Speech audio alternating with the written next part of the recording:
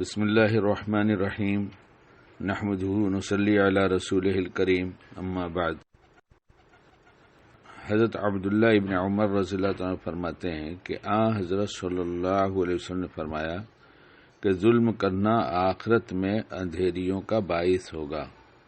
ظلم کرنا آخرت میں اندھیریوں کا باعث ہوگا۔ اللہ حفاظت فرمائے ہم سب کی، ظلم کرنے سے بچائے۔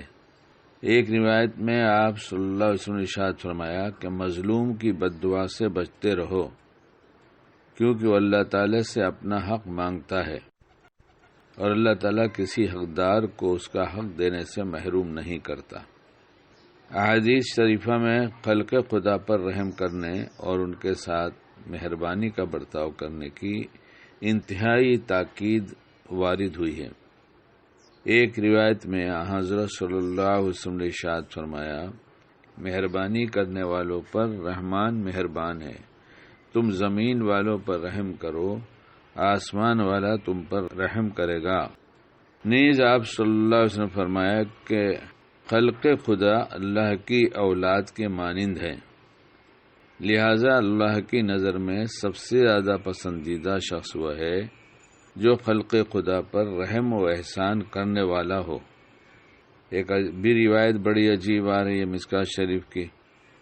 ایک روایت میں آپ صلی اللہ علیہ وسلم نے فرمایا، جو شخص کسی مصیبت زدہ کی مدد کر دے تو اللہ تعالیٰ اس کے لیے 73 مغفرت کا انتظام فرماتا ہے، جن میں سے صرف ایک مغفرت اس کے تمام معاملات سدھارنے کے لیے کافی ہے، اور بقیہ 72 مغفرتیں آخرت میں اس کے لیے رفع درجات کا ذریعہ بنیں گی۔ اب ان احادیث سے اندازہ لگایا جا سکتا ہے کہ اللہ کو مخلوق پر رحم کرنے والا کتنا پسند ہے، اور مخلوق کے کام آنے والا، مخلوق کی ضرورت پوری کرنے والا اللہ کو کتنا پسند ہے۔ اس لیے ہم اگر 1 مہینے کی مشق کر لیں پوری زندگی کے بدل دینے کی نیت سے کہ ہم پوری زندگی اسی طرح گزاریں گے، لیکن رمضان کے مہینے میں چونکہ ہر بھلے کام کو کرنا آسان ہو جاتا ہے اور برے کام سے بچ جانا آسان ہو جاتا ہے۔ بار بار دہرایا جاتا ہے کہ سرکش شیاطین قید کر دیے گئے، اور روزہ رکھنے کی وجہ سے اور عبادات کے بڑھ جانے سے نفس کمزور ہو گیا ہے۔ اس وقت جتنے اچھے کام کی نیتیں ہم کر سکتے ہوں، سب اچھے کام کی نیت کر لیں، اور جب اس کا موقع آئے تو کر لیں۔ موقع آیا تو نیت کے بعد کر لینے پہ ہی سب کچھ ملے گا، اور موقع آیا اور اس وقت یاد بھی آیا کہ ہم نے نیت کیا ہے اور اس عمل کو ٹال دیا، نہیں کیا، تو پھر کوئی فائدہ نہیں ہے۔ فائدہ تو یہی ہے کہ نیت کے ساتھ ساتھ اس کے موقع پر عمل کر لیا جائے۔